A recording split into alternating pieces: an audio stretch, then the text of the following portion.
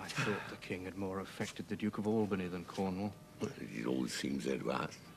But now, in the division of the kingdom, it appears not which of the dukes he values most.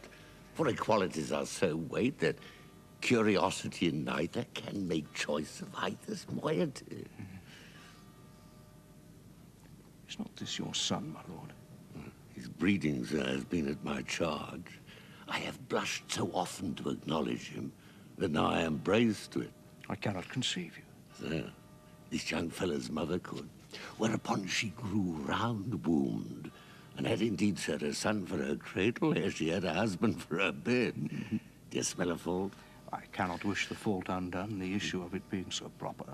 But I have a son, sir, by order of law, some year elder than this, who is yet no dearer in my account, though this knave came somewhat saucily into the world before he was sent for. Yet was his mother fair.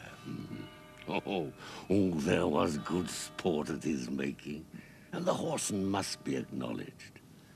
Edmund, you know this noble gentleman? No, my lord. My Lord of Kent. Remember him hereafter as my honorable friend. My services to your lordship. I must love you and sue to know you better. Sir, I shall study deserving. He has been out 9 years, and away he shall again. The king is coming. Attend the lords of France and Burgundy. Gloucester? Yes, I shall, my lord. Meantime, we shall express our darker purpose. Give me the map there.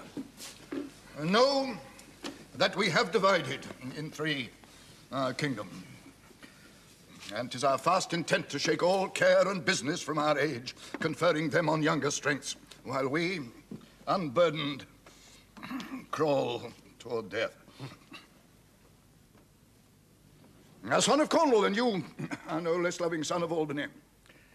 We have this hour a constant will to publish our daughters' several dowers, that future strife may be prevented. Now,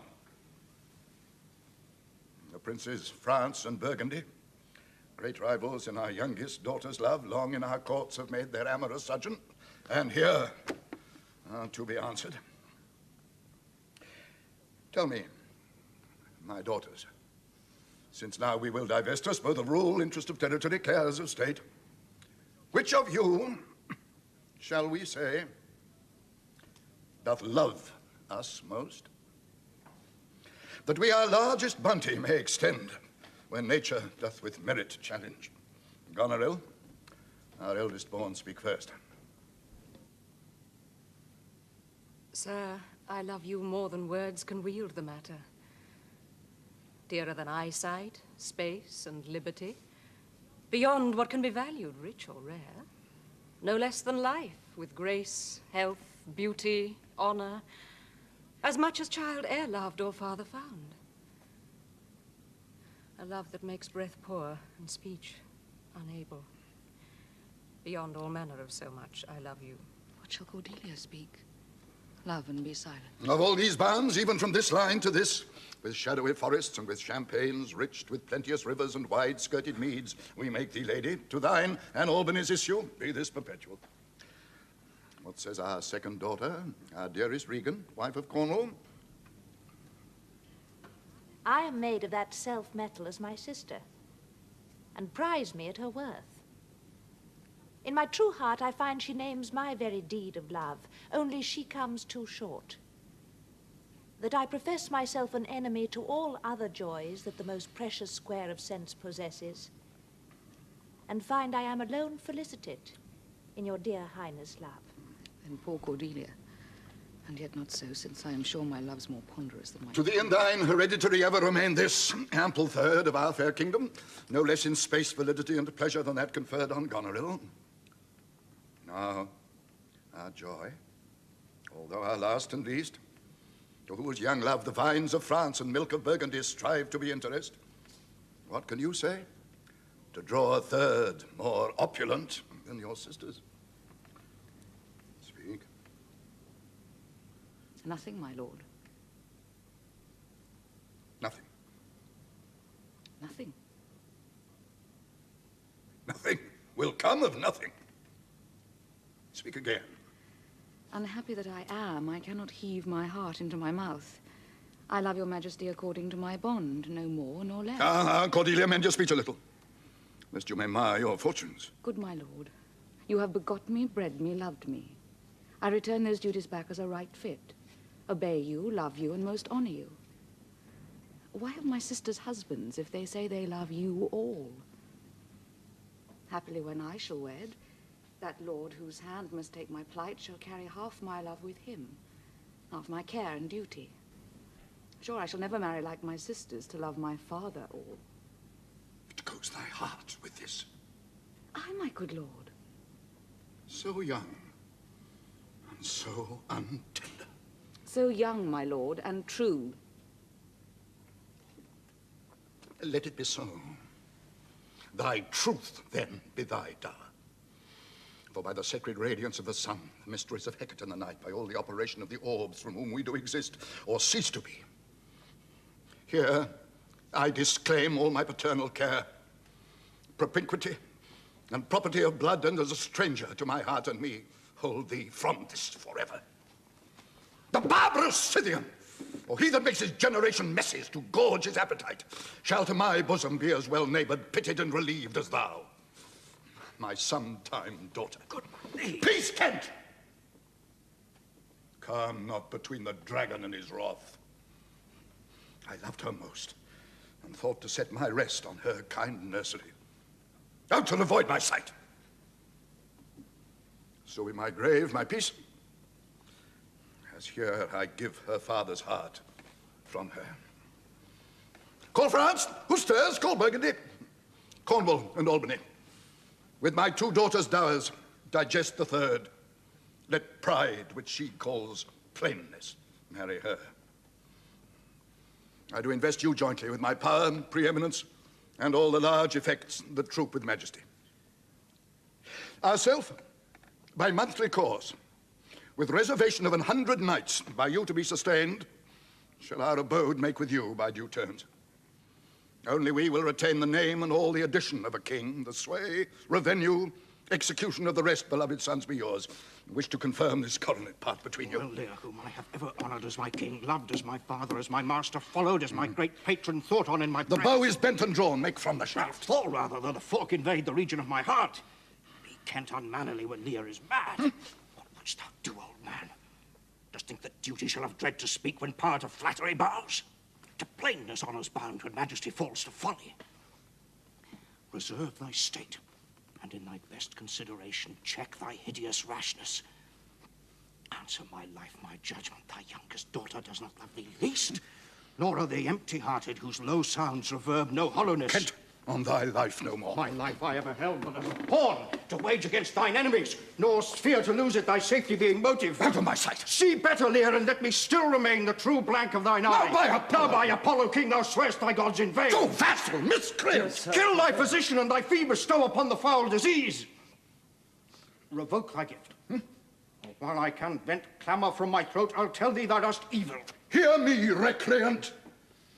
On thine allegiance, hear me. As thou hast sought to make us break our vow, which we durst never yet, and by strained pride to come betwixt our sentence and our power, which nor our nature nor our place can bear, our potency made good, take thy reward. 5 days we do allot thee for provision to shield thee from disasters of the world, and on the 6th to turn thy hated back upon our kingdom. If on the 10th day following thy banished trunk be found in our dominion, that moment is thy death. Away!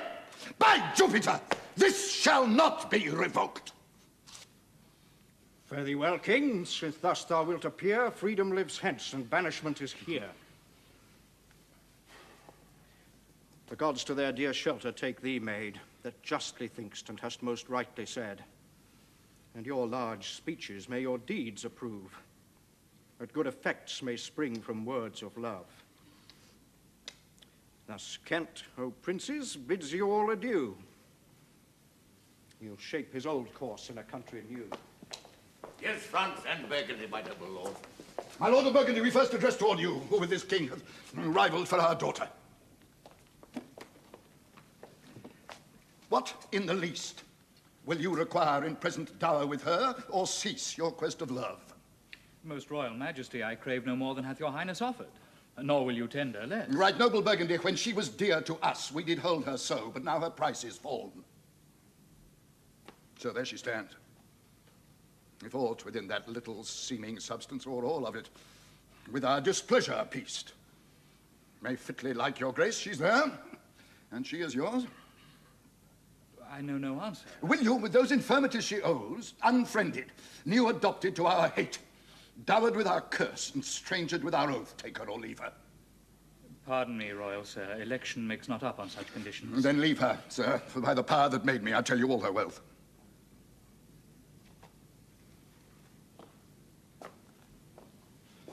For you, great king, I would not from your love make such a stray to match you where I hate. Therefore beseech you to avert your liking a more worthier way than on a wretch whom nature is ashamed almost to acknowledge her. This is most strange. She, who even but now is your best object, the argument of your praise, balm of your age, the best, the dearest, should, in this trice of time, commit a thing so monstrous as to dismantle so many folds of favor. Sure, her offense must be of such unnatural degree that monsters it, or your fore-vouched affection fall into taint, which, to believe of her, must be a faith that reason without miracle could never plant in me. I yet beseech your majesty, if for I want that glib and oily art to speak and purpose not, since what I well intend, I'll do it before I speak, that you make known it is no vicious blot, murder or foulness, no unchaste action or dishonored step that hath deprived me of your grace and favor, but even for want of that for which I am richer, a still soliciting eye and such a tongue that I am glad I have not, though not to have it hath lost me in your liking. Better thou hadst not been born than not to have pleased me better. Fairest Cordelia, thou art most rich being poor, most choice forsaken, and most loved, despised. Thee and thy virtues here I seize upon. Be it lawful, I take up what's cast away. Thou hast her, France, let her be thine, for we have no such daughter, nor shall ever see that face of hers again. Therefore be gone, without our love, our grace, our benison.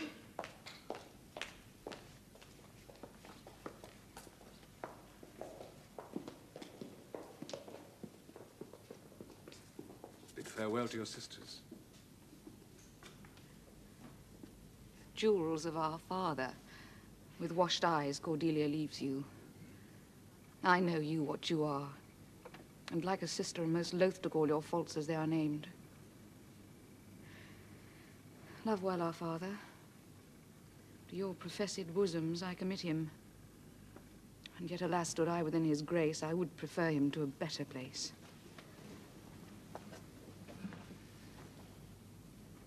So farewell to you both. Prescribe not us our duty. Let your study be to content your lord, who has received you at fortune's arms. You have obedience canted, and well are worth the want that you have wanted. Time shall unfold what plighted cunning hides, who covert faults at last with shame derides. Well may you prosper. Come, my fair Cordelia. Sister, it is not little I have to say of what most nearly appertains to us both. I think our father will hence tonight. That's most certain. And with you. Next month with us. You see how full of changes his age is. The observation we have made of it has not been little. He always loved our sister most, and with what poor judgment he hath now cast her off appears too grossly. 'Tis the infirmity of his age. Yet he hath ever but slenderly known himself. The best and soundest of his time hath been but rash. Then must we look to receive from his age not alone the imperfections of long engraft condition, but therewithal the unruly waywardness that infirm and choleric years bring with them. Such inconstant starts are we likely to have of him of this of Kent's banishment. There is further compliment of leave-taking between France and him. Pray you, let us hit together. If our father carry authority with such disposition as he bears, this last surrender of his will but offend us. We shall think further of it. We must do something, and in the heat.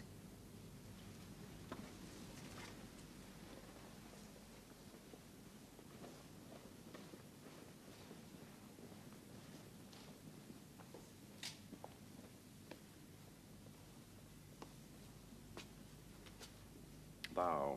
Nature art my goddess. To thy law my services abound. Wherefore should I stand in the plague of custom, and permit the curiosity of nations to deprive me, for that I am some 12 or 14 moonshines, lag of a brother? Why, bastard? Wherefore base? When my dimensions are as well compact, my mind as generous, and my shape as true as honest madam's issue. Why brand they us with base, with baseness, bastardy, base, base? Who in the lusty stealth of nature take more composition and fierce quality than doth within a dull, stale, tired bed go to the creating a whole tribe of fops, got tween asleep and wake? Well then, legitimate Edgar, I must have your land. Our father's love is to the bastard Edmund as to the legitimate. Fine word, legitimate. Well, my legitimate, if this letter speed and my invention thrive, Edmund the base shall top the legitimate. I grow, I prosper. Now, gods, stand up for bastards. Edmund, now. What news? So please you, lordship, none. I seek you so earnestly to put up that letter. I know no news, my lord. What paper were you reading? Nothing, my lord. No. What needed then that terrible dispatch of it into your pocket? The quality of nothing hath not such need to hide itself. Now come, let's see. If it be nothing, I shall not need spectacles. I do beseech your lordship, pardon me. It is a letter from my brother that I have not all read, and for so much as I have perused, I find it not fit for your or looking. Well, give me the letter. I shall offend either to detain or give it. The contents, as in part I understand them, are to blame. Oh, come, let's see, let's see. I hope for my brother's justification he wrote this but as an essay, or taste of my virtue. I find an idle and fond bondage in the oppression of age, tyranny which sways not as it hath power, but as it is suffered. Come to me, that of this I may speak more. If our father would sleep till I waked him, you should enjoy half his revenue forever, and live the beloved of your brother, Edgar. My son, Edgar. Had he the hand to write this? Do you know the characters to be your brothers? Well, has he never before spoken to you on this business? Never, my lord. But I've oft heard him maintain it to be fit that sons at perfect age and fathers declined. The father should be as ward to the son, and the son manage his revenue. Oh, villain. Villain, his very opinion in the letter. Abhorred villain, unnatural, detested, brutish villain. Worse than brutish. Go, sirrah, seek him out. I'll apprehend him. Abominable villain.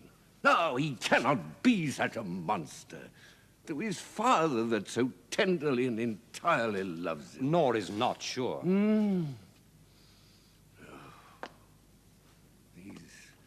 Late eclipses in the sun and moon portend no good to us. Find out the villain, Edmund. It shall lose thee nothing. Now do it carefully.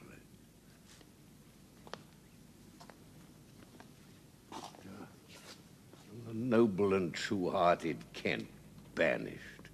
His offense? Honesty. Ah, 'tis strange. This is the excellent foppery of the world, that when we are sick in fortune, often the surfeits of our own behavior, we make guilty of our disasters the sun, the moon, and the stars, as if we were villains on necessity, fools by heavenly compulsion, knaves, thieves, and treachers by spherical predominance, drunkards, liars, and adulterers by an enforced obedience of planetary influence, and all that we are evil in by a divine thrusting on. An admirable evasion of hoar master man, to lay his goatish disposition to the charge of a star. My father compounded with my mother under the dragon's tail, and my nativity was under Ursa Major, so that it follows I am rough and lecherous. I should have been that I am had the maidenliest star in the firmament twinkled on my bastardizing. Edgar. And Patty comes, like the catastrophe of the old comedy. My cue is villainous melancholy with a sigh like Tom o' Bedlam. Oh, these eclipses should portend these divisions. Oh, Salome.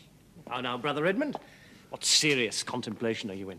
I am thinking, brother, of a prediction I heard this other day, of what should follow these eclipses. How long have you been a sectary astronomical? When saw you my father last?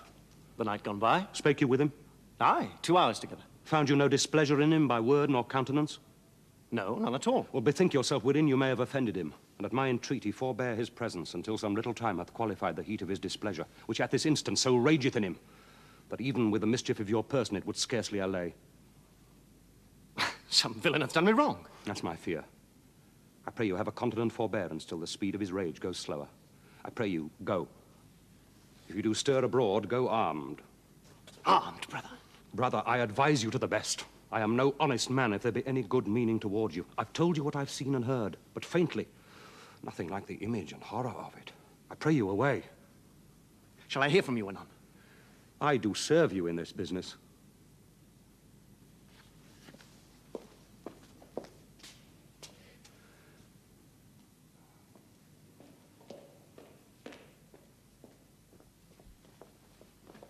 Did my father strike my gentleman for chiding of his fool? Aye, madam. By day and night he wrongs me. Every hour he flashes into some gross crime or other that sets us all at odds. I'll not endure it. His nights grow riotous. Himself upbraids us on every trifle. When he returns from hunting, I will not speak with him. Say I am sick. If you come slack of former services, you shall do well. The fault of it I'll answer. He is coming, madam. I hear him. Put on what weary negligence you please, you and your fellows. I'd have it come to question. If he distaste it, let him to my sister, whose mind and mine in that I know are one, not to be overruled. Idle old man, that still would manage those authorities that he hath given away. Now, by my life, old fools are babes again, and must be used with checks, as flatteries when they are seen abused. Remember what I have said. Well, madam. And let his knights have colder looks among you. What grows of it no matter. Advise your fellows so. I would breed from hence occasions, and I shall, that I may speak. I'll write straight to my sister to hold my very course. Prepare for dinner.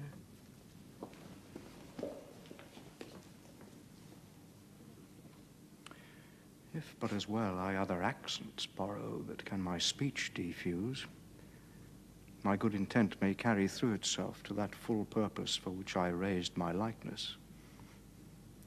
Now, banished Kent, if thou canst serve where thou dost stand condemned, so it may come thy master whom thou lovest shall find thee full of labours. No, let me not stay a drop for dinner. Go, get it ready. Now, what art thou? A man, sir? What dost thou profess? What wouldst thou with us? I do profess to be no less than I seem, to serve him truly that will put me in trust, to love him that is honest, to converse with him that is wise and says little, to fear judgment, to fight when he cannot choose, and to eat no fish. What art thou? Very honest-hearted fellow, sir, and as poor as the king. If thou beest as poor for a subject as he is for a king, thou art poor enough. What wouldst thou? Service. Who wouldst thou serve? You. Dost thou know me, fellow? No, sir, but you have that in your countenance that I'd fain call master. What's that? Authority. Follow me, thou shalt serve me. If I like thee no worse after dinner, I shall not part from thee yet. Dinner! Oh, dinner! You, sinner, where's my daughter? Sir, please, your... You, sir, you! Come you hither, sir. Who am I, sir? My lady's father. My lady's father? My lord's name? You horse and dog, you slave, you cur! I am none of these things, my lord. I beseech your pardon. Do you bandy looks with me, you rascal? I will not be strucken, my lord. Not tripped neither, you base football player. I thank thee. Thou servest me and I'll love thee. Come, sir, arise, away. I'll teach you differences. Away. If you measure your lover's length again, tarry, but away. Go to, have you wisdom? So, my friendly knave, I thank thee. There's earnest to thy service. Let me eye you. There's my coxcomb. Well, my pretty knave, how dost thou? You were best take my coxcomb. Why, fool? Why? For taking one's part that's out of favour, nay, and thou canst not smile as the wind sits, thou'll catch cold shortly. Take my coxcomb. Why, this fella, he's banished to one's daughters and did the third a blessing against his will. If you follow him, you must needs wear my coxcomb. How now, Nuncle? Would I had 2 coxcombs and 2 daughters? Aye, boy. If I gave them all me living, I'd keep me coxcombs myself. There's mine. Beg another of thy daughters. Take heed, sirrah. The whipped. Oh, truth's a dog, Master Kennel. He must be whipped out while the Lady Brack may stand by the fire and stink. A pestilent gall to me. I'll teach thee a speech. Do, boy. Now mark it, Nuncle. Have more than thou showest, speak less than thou knowest, lend less than thou owest, ride more than thou goest, learn more than thou trowest, set less than thou throwest. Leave thy drink and thy oar, and keep in a door, and thou shalt have more than 2 tens to a score. This is nothing, fool. Then 'tis like the breath of an unfeed lawyer. You gave me nothing for it. Can you make no use of nothing, Nuncle? Oh, I know, boy. Nothing can be made out of nothing. Oh, prithee, tell him. So much the rent of his land comes to, he'll not believe a fool. A bitter fool. What, dost know the difference, my boy, between a bitter fool and a sweet one? No, boy. Teach me. That lord that counselled thee to give away thy land, come place him here by me, and do thou for him stand. The sweet and bitter fool will presently appear. The one in motley here, the other found out there. Dost thou call me fool, boy? All thy other titles thou hast given away. That thou wast born with. This is not altogether fool, my lord. Now, daughter. What makes that frontlet on? Methinks you're too much lately the frown. Not only, sir, this your all-licensed fool, but other of your insolent retinue do hourly carp and quarrel, breaking forth in rank and not to be endured riots. Sir, I had thought by making this well known unto you to have found a safe redress, but now grow fearful by what yourself too late have spoken done, that you protect this course and put it on by your allowance. You know, Nuncle, the edge sparrow fed the cuckoo so long it had its head bit off by its young. So out went the candle, and we were left darkling. Are you our daughter? I would you would make use of that good wisdom whereof I know you are fraught, and put away these dispositions which of late transport you from what you rightly are. Nay, not the ass. No, when a cart draws the horse. Whoop! Jack, I love thee. Does any here know me? This is not Lear. Who is it that can tell me who I am? Lear's shadow. I would learn that, for by the marks of sovereignty, reason, and knowledge, I should be false persuaded I had daughters. Which they will make an obedient father. Your name, fair gentlewoman. This admiration, sir, is much in the savour of other of your new pranks. I do beseech you to understand my purposes aright. As you are old and reverend, should be wise. Here do you keep 100 knights and squires, men so disordered, so debauched and bold, that this our court, infected with their manners, shows like a riotous inn. Epicurism and lust make it more like a tavern or a brothel than a graced palace. The shame itself would speak of instant remedy. Be then desired by her that else will take the thing she begs a little to disquantity your train, and the remainder that shall still depend to be such men as may besort your age, which know themselves and you. Darkness and devil, saddle my horses, call my train together.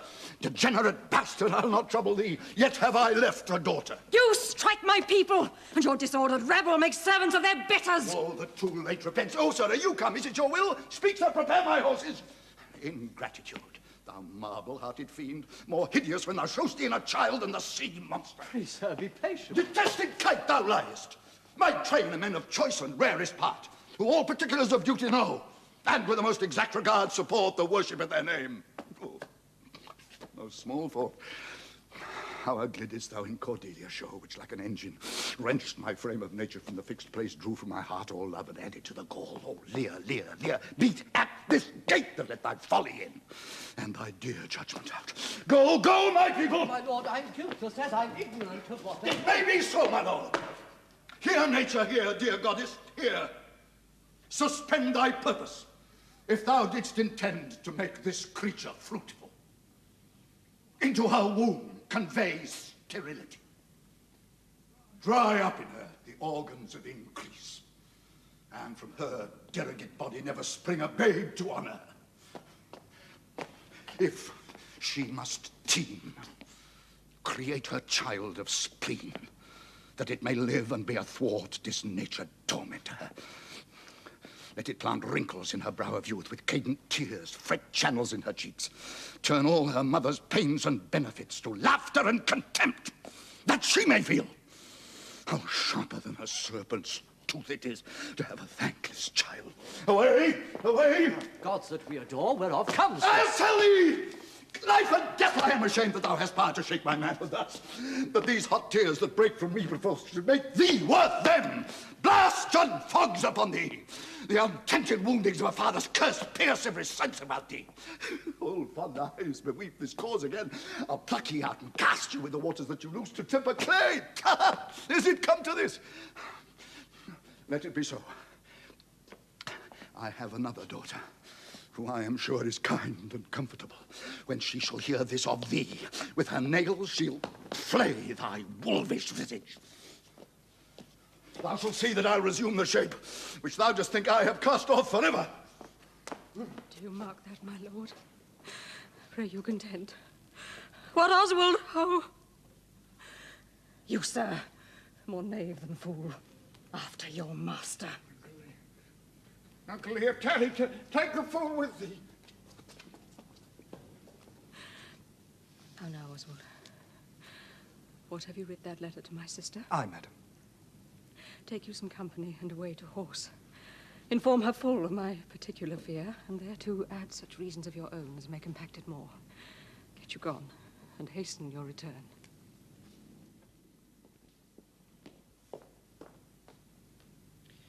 Oh, well, the event.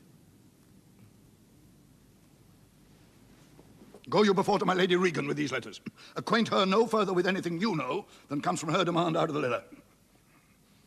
If your diligence be not speedy, I shall be there before you. I will not sleep, my lord, till I've delivered your letter. If a man's brains were in his heels, wert not in danger of kibes, well then prithee be merry, thy wit shall not go slipshod. Shalt see, thy other daughter will use thee kindly, for though she's as like this as a crab's like an apple, yet I can tell what I can tell. What canst tell, boy? She will taste as like this as a crab does to a crab. Canst tell why one's nose stands in the middle on's face? No. To keep his eyes on either side of his nose, that what a man cannot smell out he may spy into. I did her wrong. Can tell how an oyster makes his shell. No. No, nor I neither. But I can tell why a snail has a house. Why? Put his head in. Not to give away to his daughters and leave his horns without a case. Shall forget my nature. So kind a father. Be my horses ready? Thy ashes have gone about them. The reason why the 7 stars are no more than 7 is a pretty reason. Because they're not 8. Yes, indeed. Thou wouldst make a good fool. Protect again perforce. Monster ingratitude. If thou wert my fool, uncle, I'd have thee beaten for being old before thy time. How's that?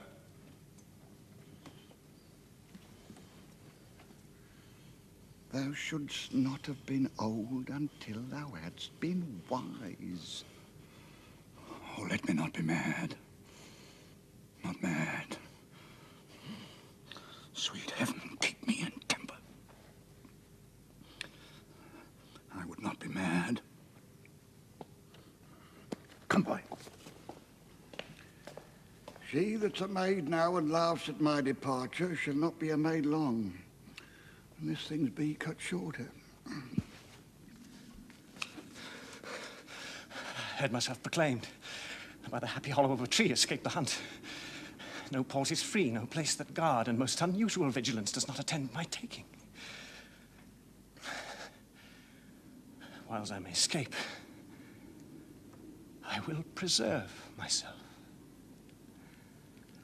And am bethought to take the basest and most poorest shape that ever penury, in contempt of man, brought near to beast. My face I'll brine with filth, blanket my loins, elf all my hairs in knots, and with presented nakedness outface the winds and persecutions of the sky.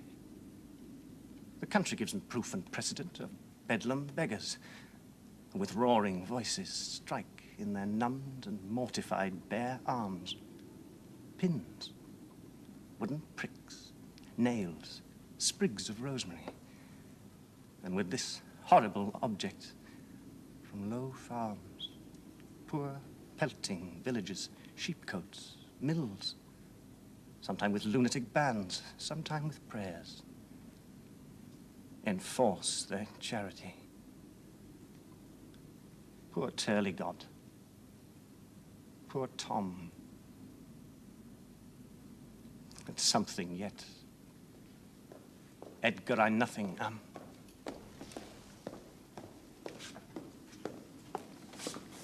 Good dawning to thee, friend.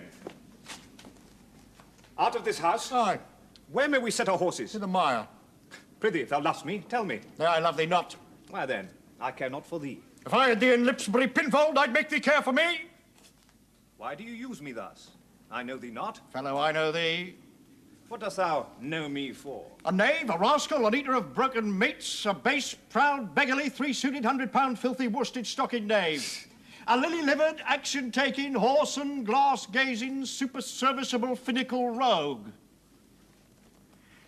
A one-trunk inheriting slave. One that wouldst be abhorred by way of good service. And art nothing but the combination of a knave, beggar, coward, pander, and the son and heir of a mongrel bitch. One which I shall beat into a clamorous whining if thou deniest the least syllable of thy addition. What a monstrous fellow art thou to rail on one that is neither known of thee nor knows thee. What a brazen-faced varlet art thou to deny thou knowest me, hmm? Is it 2 days since I tripped thee up by the heels and beat thee before the king? Come, draw thy sword, for though it be night, yet the moon shines. Come on, I'll make a sop of the moonshine of you. Horse and cullionly, barbermonger. Draw! Away. I'll have nothing to do with thee. Draw, you rascal! Help! Ho! Murder! Help! Strike, you slave! Stand, rogue, stand! You neat slave! Strike! Help! Ho! Murder! Help! Weapons, arms, what is the matter here? Keep peace upon your lives. He dies that strikes again. What was the offense you gave him? I never gave him any. Fetch forth the stocks. You stubborn ancient knave. Reverend braggart. We'll teach you. Sir, I'm too old to learn. Call not your stocks for me. I serve the king, on whose employment I was sent to you. You shall do small respect, show too bold malice against the grace and person of my master, stocking his messenger. Fetch forth the stocks. As I have life and honor, here shall he sit till noon. Till noon. Till night, my lord. And all night, too. Why, madam, if I were your father's dog, you would not use me so. Serving his knave, I will. This is a fellow of the self-same color our sisters speak so. Come, bring away the stocks. Let me beseech your grace not to do so. And his fault is but, and the good king his master will take him for it. Your purposed low correction is such as basest and condemnedest wretches for pilferings and most common trespasses are punished with. The king must take it ill, that he so slightly valued in his messenger should have him thus restrained. I'll answer that. My sister may receive it much more worse to have a gentleman abused, assaulted for following her affairs. Put in his legs. Come, my lord, away.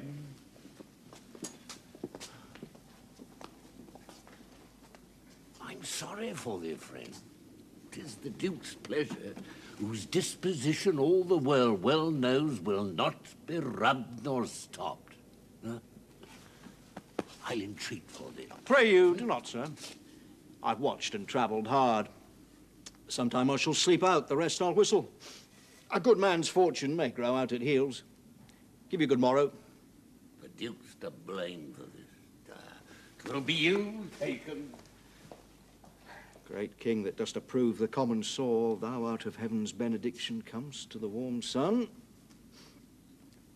Approach thou beacon to this underglobe, that by thy comfortable beams I may peruse this letter. Nothing almost sees miracles but misery. I notice from Cordelia, who hath most happily been informed of my obscured course, and shall find time from this enormous state, seeking to give losses their remedy. All weary and all watched. Take vantage, heavy eyes, not to behold thy shameful lodging. Fortune, good night. Smile once more. Turn thy wheel.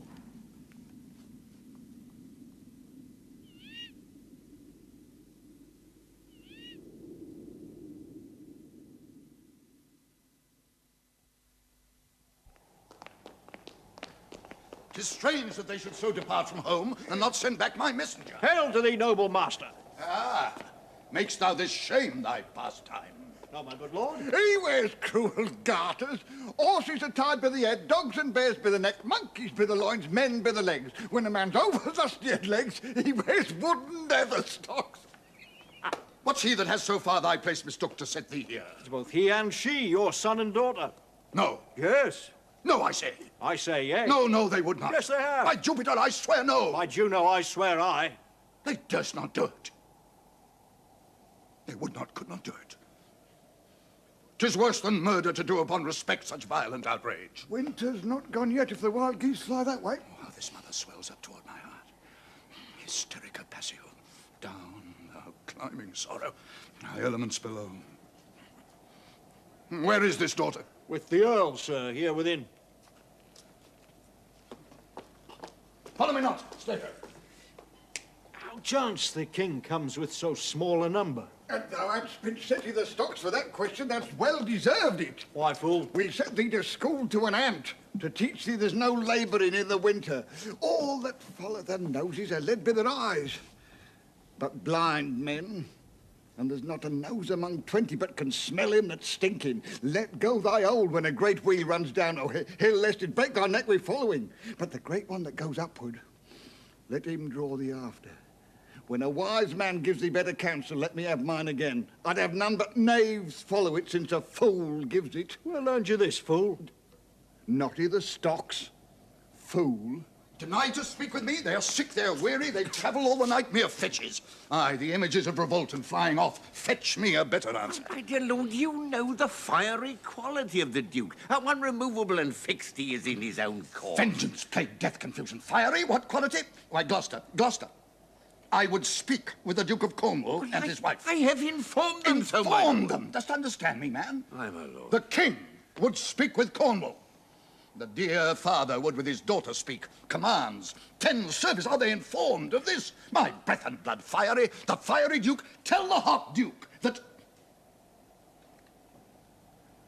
No. No, not yet. Maybe he is not well. Infirmity doth still neglect all office, whereto our health is bound. We are not ourselves. When nature being oppressed commands the mind to suffer with the body, I'll forbear. And am fallen out with my more headier will, to take the indisposed and sickly fit for the sound man. Death on my stake, wherefore should he sit here? This act persuades me that this remotion of the Duke and her is practice only. Give me my servant forth! Go. Tell the Duke and his wife I'd speak with them now, presently. Bid them come forth and hear me, or at their chamber door I'll beat the drum till it cries shriek to death. Oh, I would have all well between. Oh, me, my heart, my rising heart, down. Cry to it, Nuncle, as the Cockney did to the ills when she put him in a paste alive. She napped him on a coxcomb with a stick and... Down, you wantons, down! It was her brother that in pure kindness to his horse butted his hay. Good morrow to you both. Hail to your grace. I'm glad to see your highness.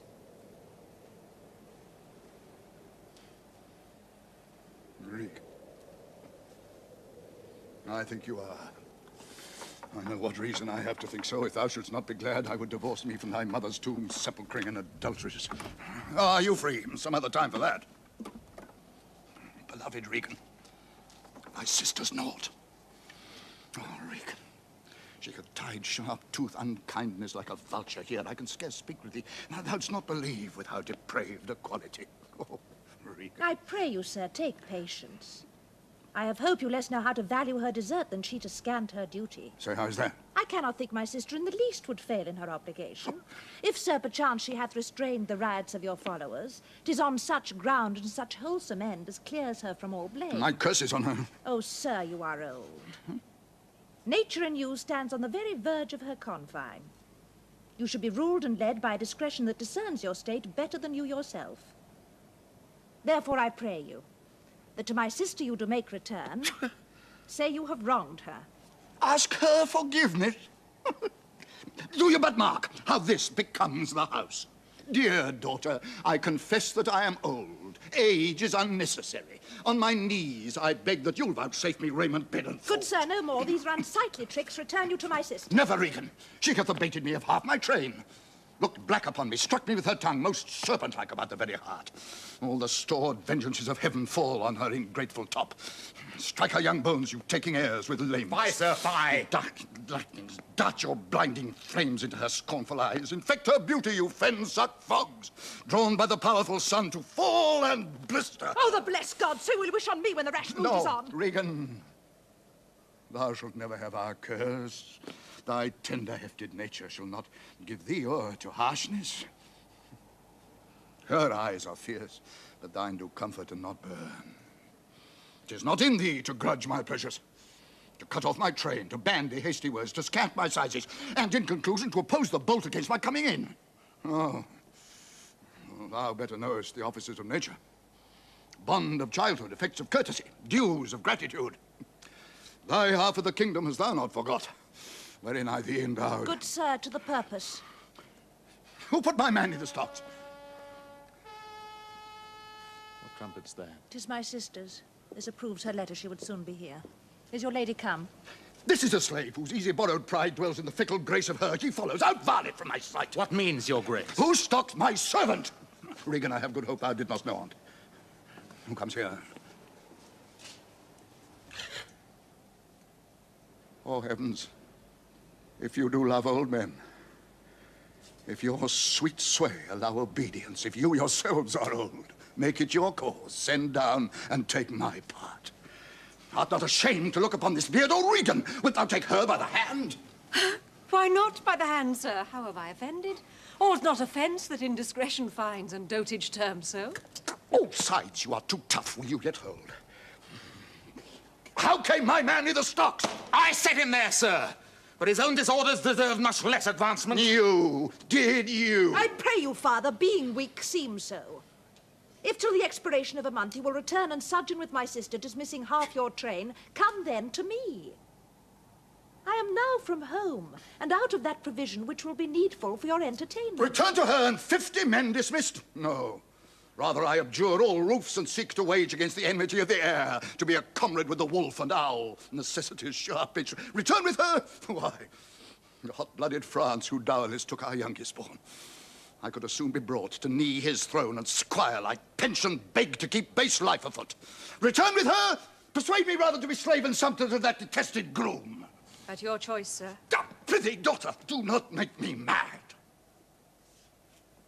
I will not trouble thee, my child. Farewell. We'll no more speak, no more see one another.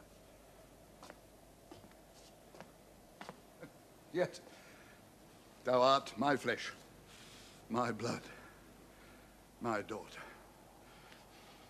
Or rather a disease that's in my flesh, which I must needs call mine. Thou art a boil, a plague sore, an infected carbuncle in my corrupted blood. But I'll not chide thee. Let shame come when it will. I do not call it. I do not bid the thunder-bearer shoot, nor tell tales of thee to high-judging Jove. Mend when thou canst. Be better at thy leisure. I can stay with Regan. I and my 100 knights. Not altogether so. I look not for you yet, nor am provided for your fit welcome. Give ear, sir, to my sister. For those that must mingle reason with your passion must be content to think you old. And so... But she knows what she does. Is this well said? I dare avouch it, sir. What 50 followers? Is it not well? What should you need of more, yea, or so many? Sith of both charge and danger speak against so great a number, how in one household should many people under 2 commands hold amity? 'Tis hard. Almost impossible. Why might not you, my lord, receive attendance from those that she calls servants, or from mine? Then if they chance to slack ye, we could control them. If you will come to me... Nay, for now I spy a danger. I entreat you bring but 5 and 20. To no more will I give place and notice. I gave you all. And in good time you gave it. Made you my guardians, my depositories, but kept a reservation to be followed by such a number. What? Must I come to you with 5 and 20? Regan said you so. And speak again, my lord, no more with me. Those wicked creatures, yet to look well favored when others are more wicked. Not being worst, stands in some rank of praise. I'll go with thee. Thy 50 yet doth double 5 and 20, and thou art twice her love. Hear me, my lord. What need you 5 and 20, 10 or 5, to follow in a house where twice so many have a command to tend you? What need one? Oh. Reason, not the need. Our basest beggars are in the poorest things superfluous. Allow not nature more than nature needs. Man's life is cheap as beasts. Thou art a lady, if only to go warm or gorgeous, why nature needs not what thou gorgeous wearest, but scarcely keeps thee warm. But for true need, you heavens, give me patience. Patience I need. You see me here, you gods, a poor old man, as full of grief as age, wretched in both. If it be you that stirs these daughters' hearts against their father, fool me not so much to bear it tamely. Touch me with noble anger, and let not women's weapons, water drops, stain my man's cheeks. Now, you unnatural hags! I will have such revenges on you both as all the world shall... I shall do such things! What they are yet I know not, but they shall be the terrors of the earth. You think I'll weep? No, I'll not weep. I have full cause of weeping. But this heart shall break into 100,000 flaws, or ere I'll weep. Oh, fool. I shall go mad.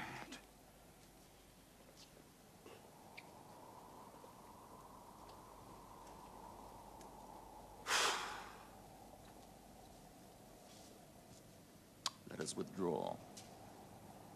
It will be a storm. This house is little. The old man and his followers cannot be well bestowed. 'Tis his own blame, hath put himself from rest, and must needs taste his folly. For his particular, I'll receive him gladly. But not one follower. So am I purposed. Where is my lord of Gloucester? Followed the old man forth. Ah, he's returned. The king is in high rage. Whither is he going? He calls to horse, but will I know not whither. 'Tis best to give him way. He leads himself. My lord entreat him by no means to stay.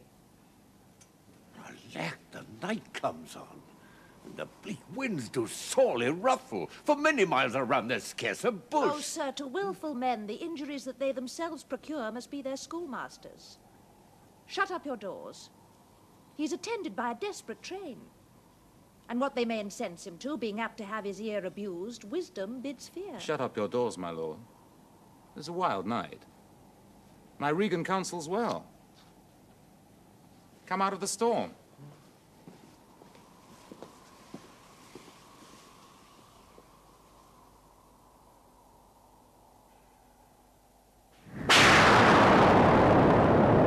Blow winds and crack your cheeks! Rage, blow! You cataracts and hurricanes, spout till you have drenched our steeples! Drown the cock! Sulphurous and thought-executing fires, vault couriers of oak-cleaving thunderbolts, singe my white hair! And thou, all-shaking thunder, strike flat the thick rotundity of the world! Crack nature's mold! All Germans spill at once! That make ingrateful man. Cold, holy water in a dry house is better than this rainwater out of doors. Good knuckle in. Ask thy daughters better years and night pities neither wise men nor fools. Rumble thy belly full. Spit fire, spout rain. Nor rain, wind, thunder, fire are my daughters. I tax not you, you elements, with unkindness. I never gave you kingdom, called you children. You owe me no subscription. Then let fall your horrible pleasure. Here I stand, your slave, a poor, infirm, weak, and despised old man. And yet, I call you servile ministers that will, with 2 pernicious daughters, join your high-engendered battles against a head so old and white as this. Oh, 'tis fire! what he did, it has a good headpiece! Oh, I will be the pattern of all patience. I will say nothing. Marish! He is gracing a codpiece! That's a wise man and a fool! Alas, sir, are you here? Think that no night, not such nights as these? The wrathful skies gallow the very wanderers of the dark and make them keep their caves. Since I was man, such sheets of fire, such bursts of horrid thunder, such groans of roaring wind and rain, I never remember to have heard. Man's nature cannot carry the affliction nor the fear. The great gods that keep this dreadful puddle on our heads find out their enemies now. Tremble, our wretch. Thou hast within thee undivulged crimes, unwhipped of justice. Hide thee, thou bloody hand, thou perjured and thou similar virtue that art incestuous. Caitiff, two pieces shake, that under covert and convenient seeming hath practiced on man's life.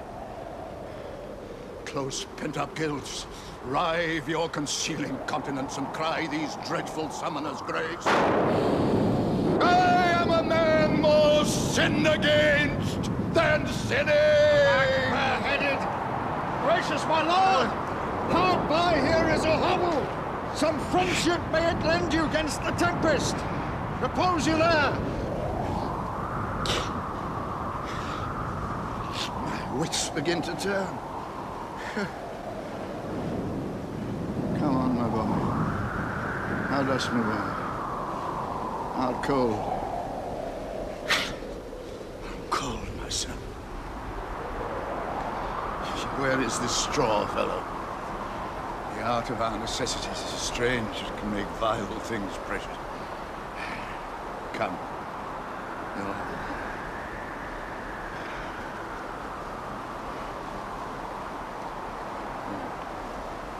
Poor fool and knave.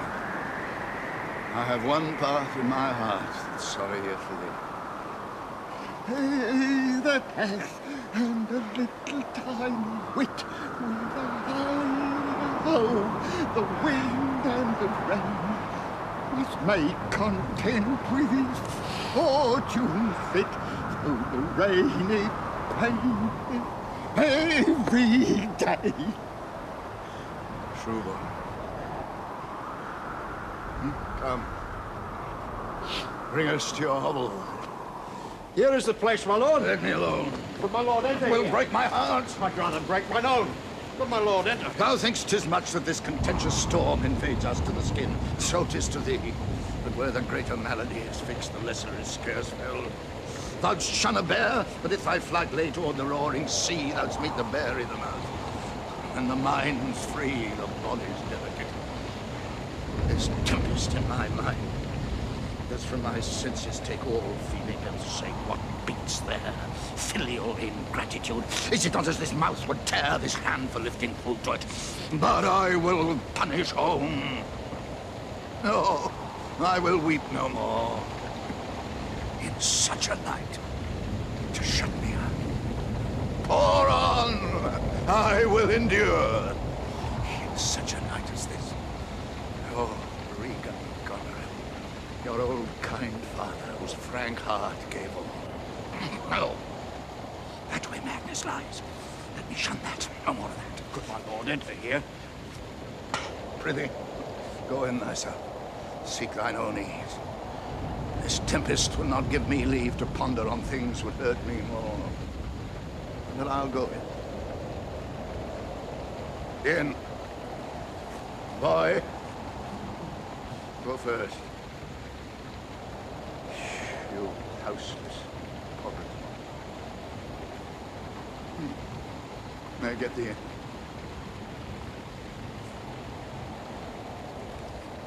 I'll pray. Then I'll sleep. Poor naked wretches. Wheresoe'er you are, abide the pelting of this pitiless storm. How can your houseless heads, your unfed signs, your looped and windowed raggedness defend you from seasons such as these. I have ta'en too little care of theirs. Take physic, pomp.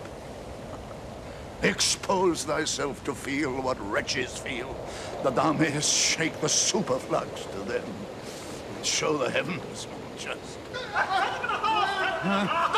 on here! It's a spirit! Help me! Help Give me your hand! Who's there? It's a spirit. It's a spirit. He says his name's poor Tom. What art thou that dost grumble there in the straw? Come forth! Away! The foul fiend follows me. Through the sharp hawthorn blows the wind. Get to thy bed and warm thee. Didst thou give all to thy daughters, and art come to this? Who gives anything to poor Tom, whom the foul fiend hath led through fire and through flame, through ford and whirlpool, or bog and quagmire? Hath laid knives under his pillow and halters in his pew and rat's bane in his porridge. Oh, bless thy 5 wits. Oh, Tom's a cold. Bless thee from whirlwinds, star blasting, and take. Poor Tom's anxiety, whom the foul fiend vexes. Look at that. Where could I have him now? And there again. What? And there. Has his daughters brought him to this pass? Couldst thou save nothing? Wouldst thou give them all? Now, he reserved a blanket, else we've been all shamed. Now all the plagues that in the pendulant air hang fated on men's faults light on thy daughters. He hath no daughters, The sir. death traitor. Nothing could have subdued nature to such a lowness but his unkind daughters. Is it the fashion for discarded fathers to show thus little mercy on their flesh? Judicious punishment. 'Twas this flesh begot those pelican daughters. Pillicock sat on Pillicock Hill, Pillicock, Pillicock. Cold night will turn us all to fools and madmen. Now take heed of the foul fiend, yeah? Obey thy parents. Commit not with another man's sworn spouse.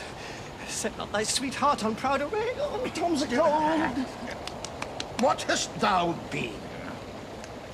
A serving man, proud in heart and mind, that curled my hair and wore gloves in my cap. Served the lust of my mistress' heart, and did the act of darkness with wine. Loved I deeply, dice dearly, and in woman out paramour the Turk. Keep thy foot out of brothels, thy hand out of plackets, thy pen out of lenders' books, and beware the foul fiend. Still through the hawthorn blows the sharp wind, says, "Su, mun, hey, nonna mio." Dolphin, my boy. Boy. Cesar, let him trot by. Thou wert better in a grave than to answer with thy uncovered body this extremity of the skies. Is man no more than this? Consider him well.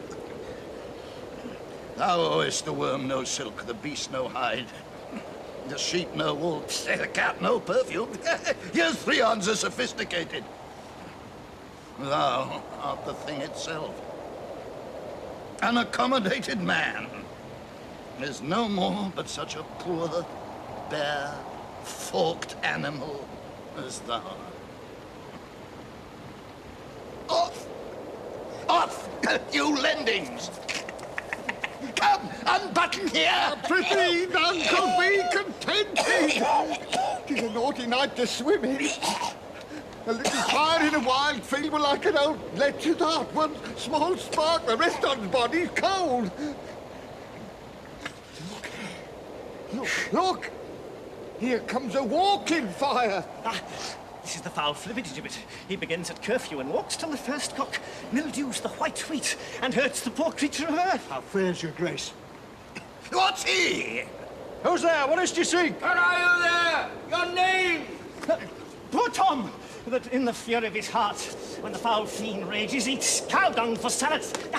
Beware my follower. Peace, smoking, peace, thou fiend. Oh, what hath your grace no better company? The Prince of Darkness is a gentleman. Modo he's called, and Maho. Our flesh and blood, my lord, is grown so vile that it doth hate what gets it. Tom's a cold. Now go in with me. My duty cannot suffer to obey in all your daughter's hard commands. Though their injunction be to bar my doors and let this tyrannous night take hold on you, yet I have ventured to come seek you out and bring you where both fire and food is ready. First, let me talk with this philosopher. What is the cause of thunder? Good my lord, take his offer, go into I'll the talk house. a word with this same learned Theban. What is your study? How to prevent the fiend and to kill vermin. Let me ask you one word in private. Importune him once more to go, my lord. His wits begin to unsettle. Canst thou blame him? His daughters seek his death. Thou sayest the king goes mad. I'll tell thee, friend, I'm almost mad myself. I had a son, now outlawed from my blood. He sought my life, but lately, very late. Truth to tell, the grief has crazed my wits. Oh, what a night is this! Oh, I do beseech your grace. Try your mercy. Noble philosopher. Your company. Tom's a cold. In, fellow, here, into the hovel. No, let's in all. This way, my lord. Yeah, with him. I will keep still with my philosopher. Good my lord, soothe him. Let him take the fellow. Take him, you on. Sir, come on, go along with us. Come. Good Athenian. Nah, no words, no words. Child Roland to the dark tower came. His word was still FIFO and fun. I smelled the blood of a British. I now perceive it was not altogether your brother's evil disposition made him seek his death, but a provoking merit set to work by a reprovable badness in himself. How malicious is my fortune that I must repent to be just. This is the letter he spoke of, which approves him an intelligent party to the advantages of France. Go with me to the Duchess. If the matter of this paper be certain, you have mighty business in hand. True or false, it hath made thee Earl of Gloucester. Seek out where thy father is, that he may be ready for our apprehension. If I find my father comforting the king, it will stuff his suspicion more fully. I will persever in my cause of loyalty, though the conflict be sore between that and my blood. How will they trust upon thee? And thou shalt find a dearer father in my love.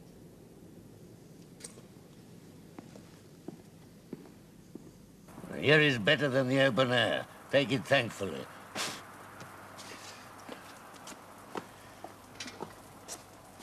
I will piece out the comfort with what addition I can. I will not be long from thee. All the power of his wits have given way to his impatience. God reward your kindness. Fataretto calls me. Tells me Nero was an angler in the lake of darkness. Pray, innocent, and beware the foul fiend. Prithee, nuncle, tell me if a madman be a yeoman or a gentleman. A king. A king. He's a yeoman that has a gentleman to his son, for he's a mad yeoman that sees his son a gentleman before him. To have 1,000 with red burning spits come hissing in upon them. Foul fiend bites my back. He's mad that trusts in the tameness of a wolf, a horse's health, a boy's love, or a whore's oath. It shall be done. I will arraign them straight. Sit thou here, most learned justice of thou sapient sir, sit here. Now, you she-foxes. Look how he stands and stares. Once thou eyes at trial, madam. Come o'er the bourne, Bessie, to me. Her boat hath a leak and she cannot speak. Why, she dare not come over to thee. Foul fiend haunts poor Tom in the voice of a nightingale. Hoppy dance calls in my belly for 2 white herrings. Not black angel, I've no food for thee. How do you say? Will you lie down and rest upon the cushions? I'll see their trial first. Bring in their evidence. Thou, robed man of justice, take thy place. Thou, his yoke fellow of equity, bench by his side. You're of the commission. Sit you too. Let us deal justly. Arraign her first. 'Tis Goneril. And here take my oath before this honourable assembly she kicked the poor king her father. Come hither, mistress. Is your name Goneril? She cannot deny it. I'll cry you mercy. I took you for a joint stew. And there's another whose warped looks proclaim what store her heart is made of. Stop her there! Arms, arms, sword, fire! Corruption in the place! False justice, why didst thou let her escape? Bless thy 5 wits. Sir, where is the patience now that you so oft have boasted to retain? My tears begin to take his part so much they mar my counterfeiting. The little dogs and all. Tray, Blanche, and Sweetheart. See, they bark at me. Tom will throw his head at them. Avaunt, you curs! Then let them anatomize Regan. See what breeds a better heart. Yeah. Is there any cause in nature that make these hard hearts? You, sir? I entertain for 1 on 100. Only I do not like the fashion of your garments. You'll say they're Persian, but let them be changed. Now, good my lord, lie here and rest a while.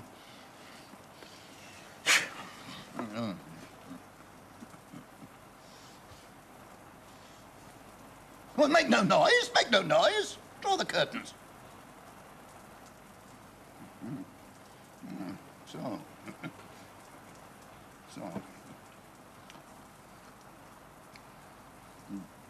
We'll go to supper in the morning. And I'll go to bed at noon. Where is the king, my master? Here, sir, but trouble him not. His wits are gone. My pretty friend, take him in thy arms. I have overheard a plot of death upon him. There is a litter ready. Lay him in it and drive towards Dover, friend, where thou shalt find both welcome and protection. Pressed nature sleeps. This rest might yet have balmed thy broken sinews, which, if convenience will not allow, stand in hard cure. Help to bear thy master. Thou must not stay behind. Come away!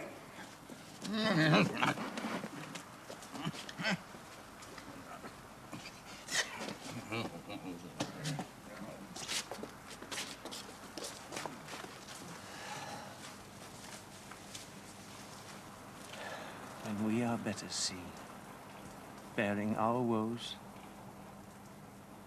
we scarcely think our miseries our foes. Who alone suffers most to the mind, leaving free things and happy shows behind. What will hap more tonight? Safe 'scape the king. Lurk.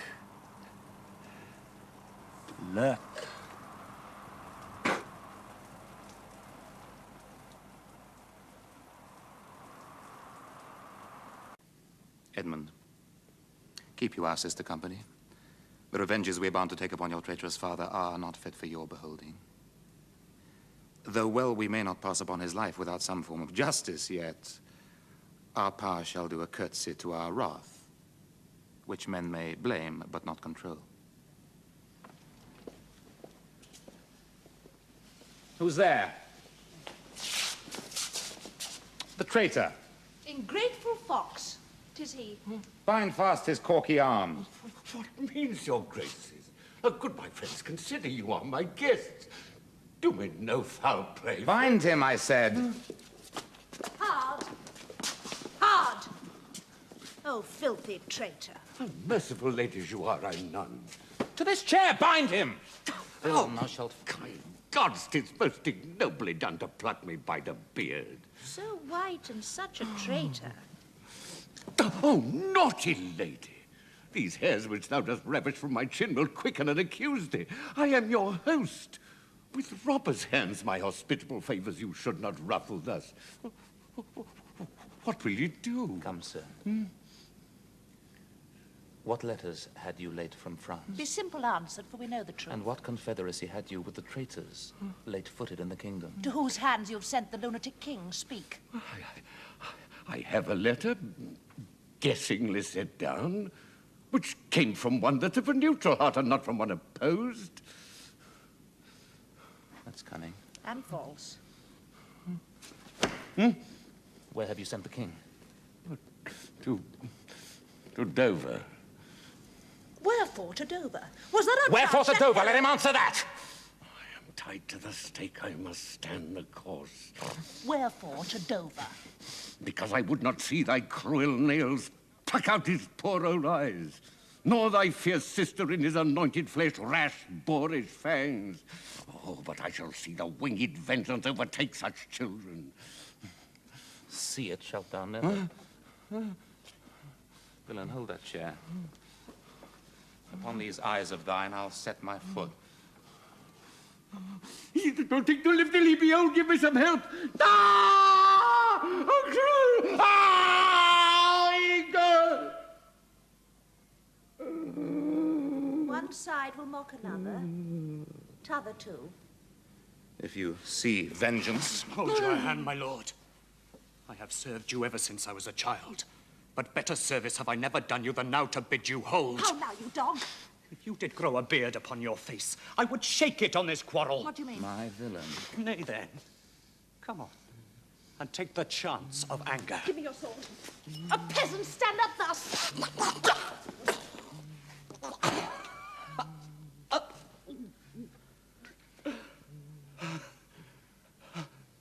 Slain? My lord, I have one eye left to see some mischief on him.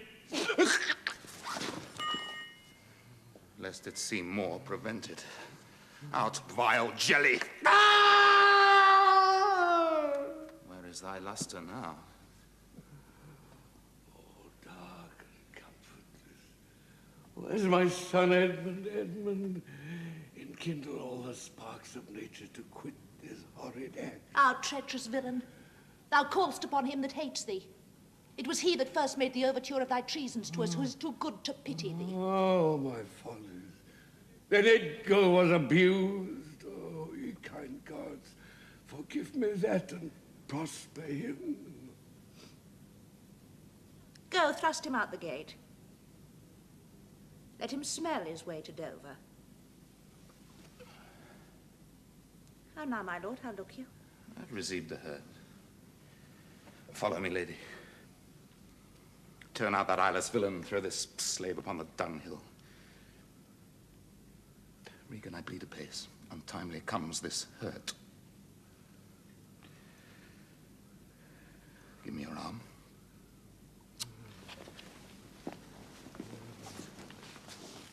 I'll never care what wickedness I do if this man come to good.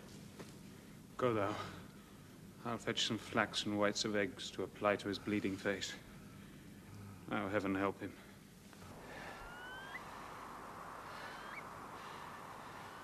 Yet better thus, and known to be condemned, and still condemned and flattered, to be worst. The lowest and most dejected thing of fortune stands still in esperance, lives not in fear. The lamentable change is from the best. The worst returns to laughter. Welcome then, thou unsubstantial air that I embrace. The wretch that thou hast blown unto the worst owes nothing to thy blasts. Who comes here? My father poorly led. World, world, oh world. But that thy strange mutations make us hate thee, life would not yield to age. Bless thee, master. Is that a naked fellow? Aye, my lord. 'Tis poor mad Tom. And I prithee, good friend, be gone. I'll entreat him to lead me. You cannot see your way. I have no way, therefore want no eyes.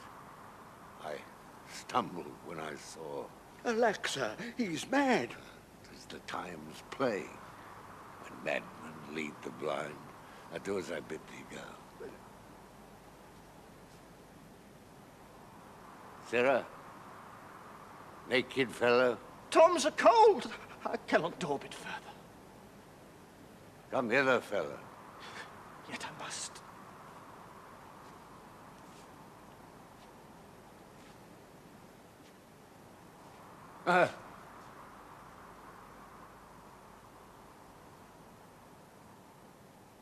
Oh, bless thy sweet eyes, they bleed. Knowest thou the way to Dover? Both stile and gate. Horseway and footpath. Bless thee, good man, son from the foul field. 5 fiends have been in poor Tom at once, such as Obbody cut of lust, Hobbity dance, prince of dumbness, Modo of murder, Mahu of stealing, Flippity Gibbet of mopping and mowing. So bless thee, master. Dost thou know Dover? Aye, master. There is a cliff. Thy unbending head looks fearfully in the confined deep. Bring me but to the very brink of it, and I'll relieve the misery thou dost bear with something rich about me. From that place I shall no leading need.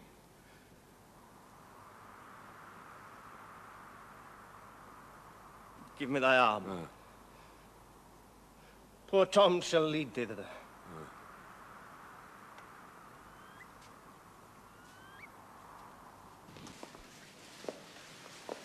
Welcome, my lord. I marvel our mild husband not met us on the way.